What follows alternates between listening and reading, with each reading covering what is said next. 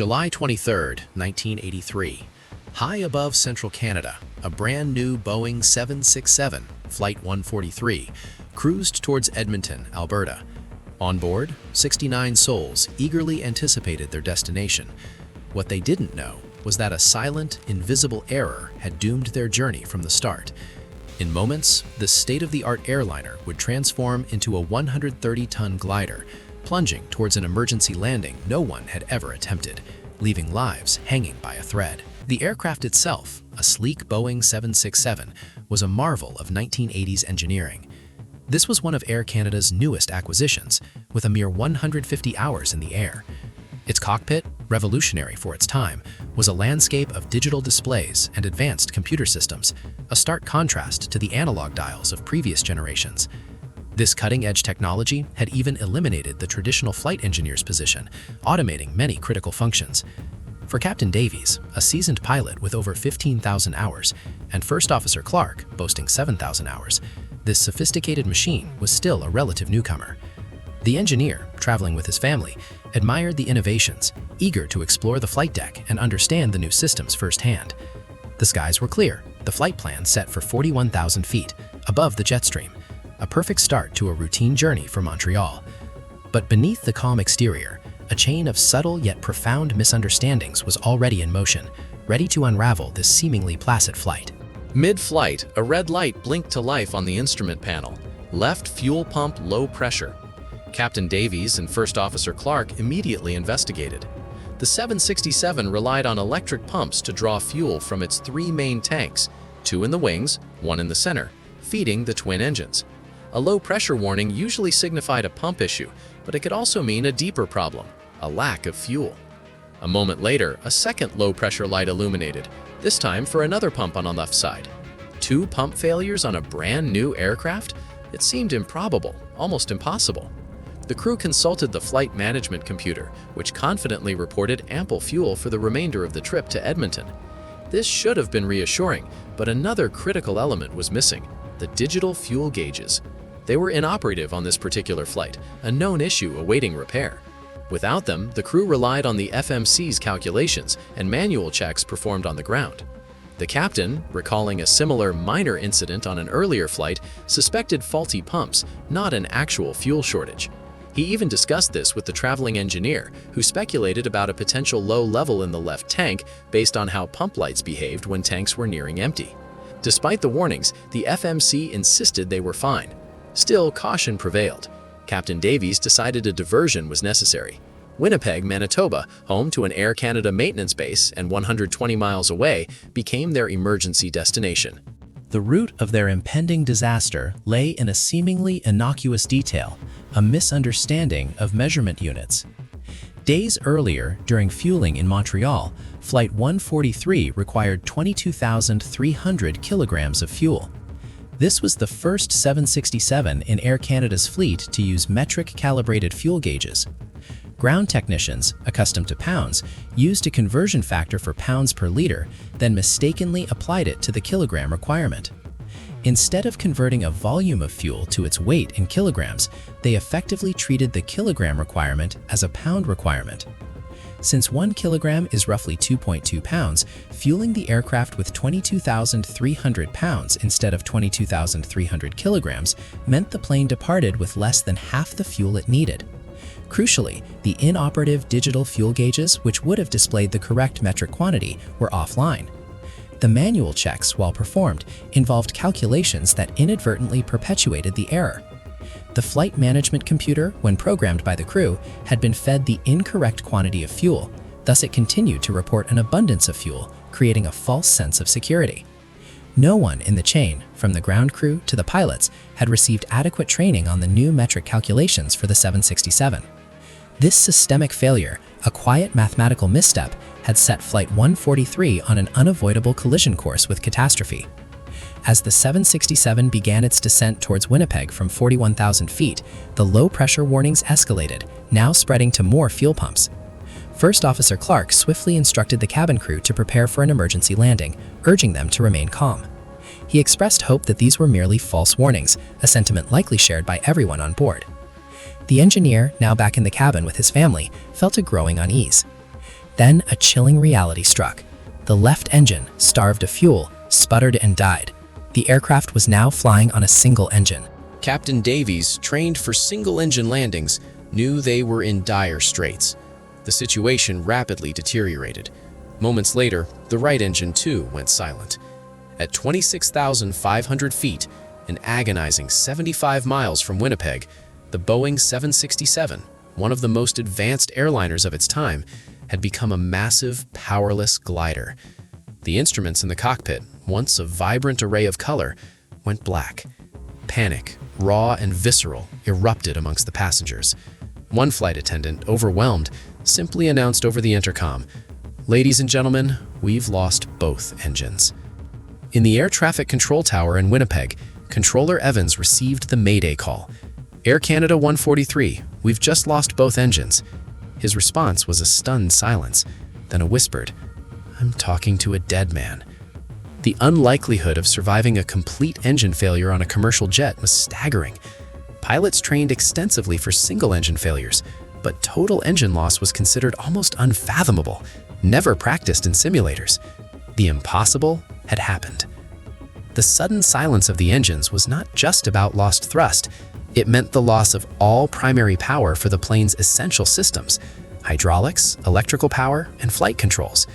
A modern airliner without power would become an uncontrollable brick, plunging from the sky. However, the Boeing 767, like a meticulously designed Swiss Army knife, held one last ingenious safeguard: the ram air turbine, or RAT. Automatically deploying when all engine power is lost, the RAT is a small, propeller-driven generator. About the size of a propeller on a small Cessna 150, this device catapults down from the aircraft's belly into the slipstream. The rushing air spins the propeller, driving a hydraulic pump and a small electrical generator. The RAT immediately began to provide basic hydraulic pressure, restoring essential control over the ailerons, rudder, and elevators. It also provided minimal electrical power for critical flight instruments, a radio, and the igniters. This hidden system was the thin thread of hope. The massive jet, though silent, was not entirely dead. It was now a glider, albeit one designed for powered flight, not graceful descent. Captain Davies, an experienced glider pilot in his personal life, suddenly found his unusual hobby becoming the most crucial skill of his career. He and First Officer Clark now faced the monumental task of navigating a 130-ton powerless aircraft from 26,500 feet to an emergency landing, relying on basic systems and their own extraordinary composure. The loss of both engines had an unforeseen, terrifying consequence for air traffic control. Commercial jets are equipped with a transponder, a device that transmits coded information to radar screens, allowing controllers to precisely track the aircraft's location, altitude, and speed. However, when Flight 143 lost its second engine, the backup power from the ram air turbine was minimal, prioritizing critical flight controls over non-essential systems like the transponder. Suddenly, Flight 143 vanished from Controller Evans' screen. "They're gone! They were right here!" he exclaimed, desperately searching. The controllers were now blind. They had a Mayday call, but no position. They didn't know exactly where the plane was, its altitude, or its trajectory. In a frantic scramble, they reverted to archaic primary radar, which relies on reflections from the aircraft itself rather than transponder signals. This older technology was far less precise and rarely used for commercial flights. Meanwhile, in the silent cockpit, Captain Davies and First Officer Clark were battling their own blindness. Their advanced digital instruments, including those that calculated glide ratios and distances, had gone dark. They were coasting, slowly descending, but without vital data. They knew time was running out, but how much time? How far could they glide? And where exactly were they? This terrifying isolation compounded the already desperate situation. Controller Evans eventually managed to pick up a faint primary radar return, providing a rough location: 60 miles from Winnipeg, 45 miles from a small town called Gimli. It was a glimmer of information, but the challenge ahead remained immense. With a faint radar return, Controller Evans could finally relay critical distance information to the powerless plane. "Air Canada 143, we have you at 60 miles from Winnipeg and approximately 45 miles from Gimli." This was the first concrete data Captain Davies and First Officer Clark had received since losing power. Their survival now depended on a harrowing calculation: could they glide far enough? Winnipeg, Their intended diversion had a major airport with full emergency services, fire trucks, paramedics, the works. Gimli, Manitoba, however, was 20 miles closer. First Officer Clark, a former Armed Forces pilot, knew Gimli well. He had trained at its decommissioned Air Force Base years ago. It had a long runway, but absolutely no emergency equipment. Faced with the choice, Captain Davies, despite the risks, opted for Winnipeg. Emergency support could be the difference between life and death. As the plane continued its silent descent, the cabin crew worked tirelessly, preparing passengers for an impact that seemed increasingly inevitable. Amidst the chaos, parents clutched their children, and many passengers scribbled frantic notes to loved ones, wills and final thoughts, believing these might be their last moments. One flight attendant recalled the raw fear, yet professionalism, that gripped them all. Controller Evans, needing an accurate count for potential rescue efforts, asked the crew for the number of people on board. Overwhelmed, First Officer Clark inadvertently provided an incorrect, lower figure. The pressure was immense. The controllers, now seeing the plane's precise position, updated them. "You're 35, correction, make that 39 miles from Winnipeg." Captain Davies could now visually spot the destination, but First Officer Clark's calm calculations painted a grim picture. "We might not make the runway in Winnipeg. We can last maybe another 20 miles, but we're not going to make Winnipeg." They would hit the ground a full 15 miles short. There was only one option left. "We're going to Gimli." 5 miles from Gimli, the pilots finally spotted the runway. But they were much too high, and their speed was far too fast for a safe landing.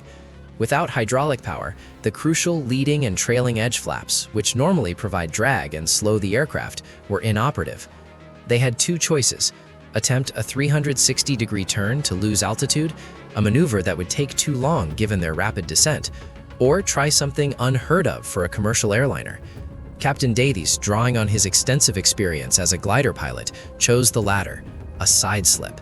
This rare, risky maneuver involves crossing the controls, tipping the wings in one direction while turning the aircraft in the opposite direction. This effectively pushes the plane sideways through the air, creating immense drag and rapidly shedding altitude without dangerously increasing forward speed. He had never performed it in a 767, but it was their only chance. As the plane violently twisted into its sideways descent, passengers gripped their seats, looking directly down at the ground. Then, First Officer Clark initiated the gravity drop for the landing gear. The two main gear, heavy, dropped and locked with a thud. 2 green lights confirmed it. But the lighter nose gear failed to lock. It hung freely, a critical flaw going unnoticed in the frantic final moments. 5 miles from touchdown, the true horror of Gimli revealed itself. The abandoned Air Force Base had been converted into a drag strip. This was Saturday, a family race day. Although racing was done, the runway was filled with camping trailers, barbecues, and families enjoying the weekend. And most terrifyingly, 2 young boys were cycling the length of the runway. The powerless 767, silent without its engines, descended upon them unnoticed. The 767 hit the runway with a violent bang, the sound like a shotgun blast. The nose gear, unsecured, immediately collapsed. Sparks flew as the nose scraped the asphalt. 2 main tires blew out. The bottom of the right engine, despite the side slip's efforts, scraped the runway, spewing smoke. Captain Davies desperately varied brake pressure on the remaining main gear, fighting to steer the massive, uncontrolled craft. He saw the boys, frozen in terror, just 1,000 feet ahead. Knowing he couldn't hit them, he veered sharply right into the grass, narrowly missing the camping families. Finally, 17 minutes after running out of fuel, Flight 143 plowed through a guardrail in the middle of the runway and skidded to a complete stop. Cheers and applause erupted in the cabin, quickly replaced by a new panic. Smoke was rapidly filling the aircraft. Remembering a recent Air Canada DC-9 tragedy where a successful landing was followed by a tarmac fire, the crew initiated an immediate evacuation. The plane's nose-down angle meant the 2 rear emergency slides didn't reach the ground, leading to minor injuries for 10 people as they slid or jumped. But miraculously, all 61 passengers and 8 crew members were safely off the plane. On the ground, bewildered drag racers, including a man named Dino Calvert, watched the surreal scene unfold, quickly rushing with their fire extinguishers towards the smoking jet.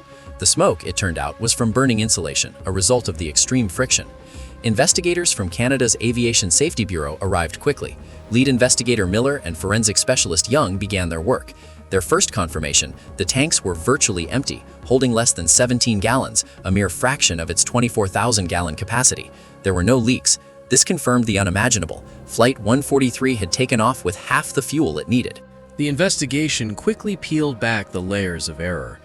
Forensic specialist Young confirmed that a faulty digital fuel gauge processor, a tiny inductor coil with a poorly soldered joint, was indeed malfunctioning. This explained the inoperative gauges in the cockpit, but not the underfueling itself.